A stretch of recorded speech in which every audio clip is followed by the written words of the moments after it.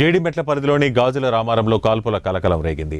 పోలీసులు స్థానికుల కథనం మేరకు గౌతమ్, పూర్ణిమ, అజయ్ ముగ్గురు బైక్పై వెళ్తుండగా రాత్రి Gajula Ramaram L S bar and restaurant దగ్గర బైక్లో పెట్రోల్ అయిపోయింది. దీంతో గౌతమ్ బార్ వద్దకు వచ్చి అక్కడ పార్క్ చేసిన బైక్లోంచి పెట్రోల్ తీస్తున్నాడు. ఇది గమనించిన బార్ క్యాషియర్ అఖిలేష్ వారితో వాగ్వాదానికి దిగాడు.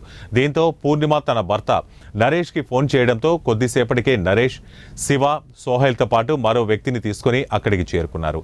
ఆపై తన వద్ద ఉన్న గన్తో నరేష్ 4 రౌండ్ల కాల్పులు జరపగా అఖిలేష్ తప్పించుకుని పారిపోయాడు.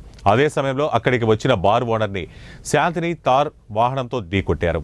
ఈ మేరకు క్యాషియర్ అఖిలేష్ ఇచ్చిన ఫిర్యాదుతో జీడిమెట్ల పోలీసులు కేసు నమోదు చేసి దర్యాప్తు చేపట్టారు. ప్రస్తుతం నరేష్ పరారీలో ఉండగా అతడి అనుచరులను పోలీసులు అదుపులోకి తీసుకుని ప్రశ్నిస్తున్నారు.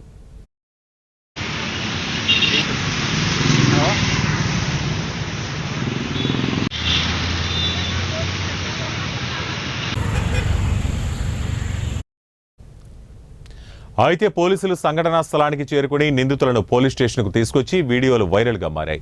కాల్పుల విషయం తెలియక నిందితుడిని వదిలేసి తిరిగి గాలిస్తున్నారా లేక విషయం బయటకు తెలియడంతో గాలింపు చర్యలు చేపట్టారా అనే అనుమానాలు వ్యక్తమవుతున్నాయి.